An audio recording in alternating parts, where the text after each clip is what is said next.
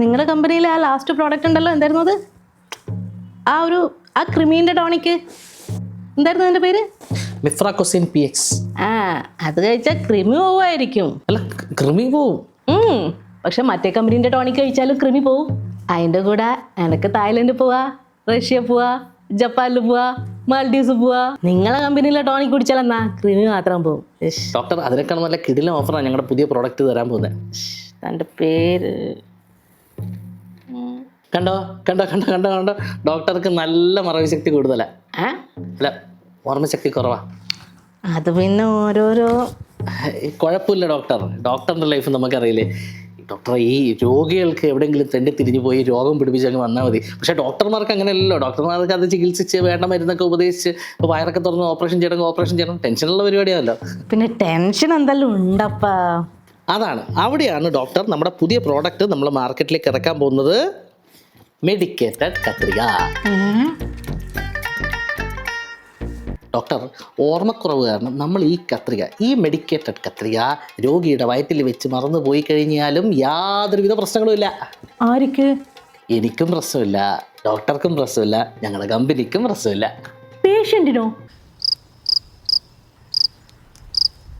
ഈ ഒരു 10-50 വർഷത്തേക്ക് ഈ കത്രിക വയറ്റിലുണ്ടായത് വെച്ച് പ്രത്യേകിച്ച് പ്രശ്നങ്ങളൊന്നും ഉണ്ടാവില്ല. അല്ലടോ, തുരുമ്പെടുക്കുവാറ്റ ചെയ്യുവാ. ഈ വെള്ളവും ചായയെല്ലാം കുടിക്കുന്നതല്ലേ? അതിന് നമുക്കൊരു ആൻറ്റി റസ്റ്റ് സൊല്യൂഷൻ നമുക്ക് ടോണിക്കായിട്ട് പ്രിസ്ക്രൈബ് ചെയ്യാം. ഓ, അങ്ങനെ ഒരു സംഭവം ഉണ്ടല്ലോ അല്ലേ? ഡോക്ടർ, സർജറി കഴിഞ്ഞ എല്ലാവർക്കും നമുക്ക് ഈ ആൻറ്റി റസ്റ്റ് സൊല്യൂഷൻ ടോണിക്കായിട്ട് നമുക്ക് പ്രിസ്ക്രൈബ് ചെയ്ത് കൊടുക്കണം. എല്ലാവരും കുടിക്കട്ടെ. അല്ല, കുറച്ച് കഴിയുമ്പോൾ വേദന മാറ്റം വരുവാ?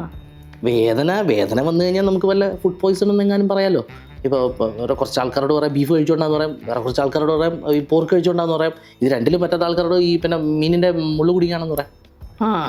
അങ്ങനെയാകുമ്പോൾ കുഴപ്പമുണ്ടാവില്ല അല്ലേ? പിന്നെ വയറ്റിൽ വെക്കും. പിന്നെ നമ്മളിത് ഇങ്ങനെ വെക്കാതെ നോക്കണം. പിന്നെ ഇങ്ങനെ തന്നെ വെച്ച് കഴിഞ്ഞാൽ വലിയ കുത്തിക്കയറൊന്നുമില്ല, പ്രശ്നമൊന്നുമില്ല. ഇതിപ്പോൾ ഇങ്ങനെ വെച്ചാലും കുഴപ്പമൊന്നുമില്ല. ഇതൊക്കെ നമ്മൾ ആ തിരക്കിനിടയിൽ ഇതൊന്നും നമുക്ക് ഓർമ്മയുണ്ടാവില്ലോ. ഇപ്പം എങ്ങനെ വെച്ചാലും കുഴപ്പമൊന്നുമില്ല. ഇത് പ്രശ്നമൊന്നുമില്ല. ഇതിപ്പോൾ വയറ്റിൽ കുറേ കാലം നിൽക്കും. ഇപ്പം 50 വർഷം കഴിഞ്ഞ് കഴിഞ്ഞാൽ ആരുണ്ടാവും ആർക്കറിയാം. ഇൻട്രസ്റ്റിംഗ്. ഒരു കാര്യം ചോദിക്കട്ടെ, ശരിക്കും ഇയാള് മെഡിക്കൽ റെപ്പോ ഡോക്ടറോ? അറിയാം കുറച്ച്. അല്ല, ഞാനും അതിങ്ങനെ ആലോചിക്കുന്നു. കുറേ കാര്യങ്ങളൊക്കെ അറിയാം. ഓഫർ എന്താ? ഡോക്ടർക്ക് തായ്ലൻഡ്, ജപ്പാൻ, പിന്നെ ഇവിടെ വിയറ്റ്നാം, റഷ്യ ഇവിടെയൊക്കെ പോകണോ അതോ ജയിലിൽ പോകാതിരിക്കണോ? ഓ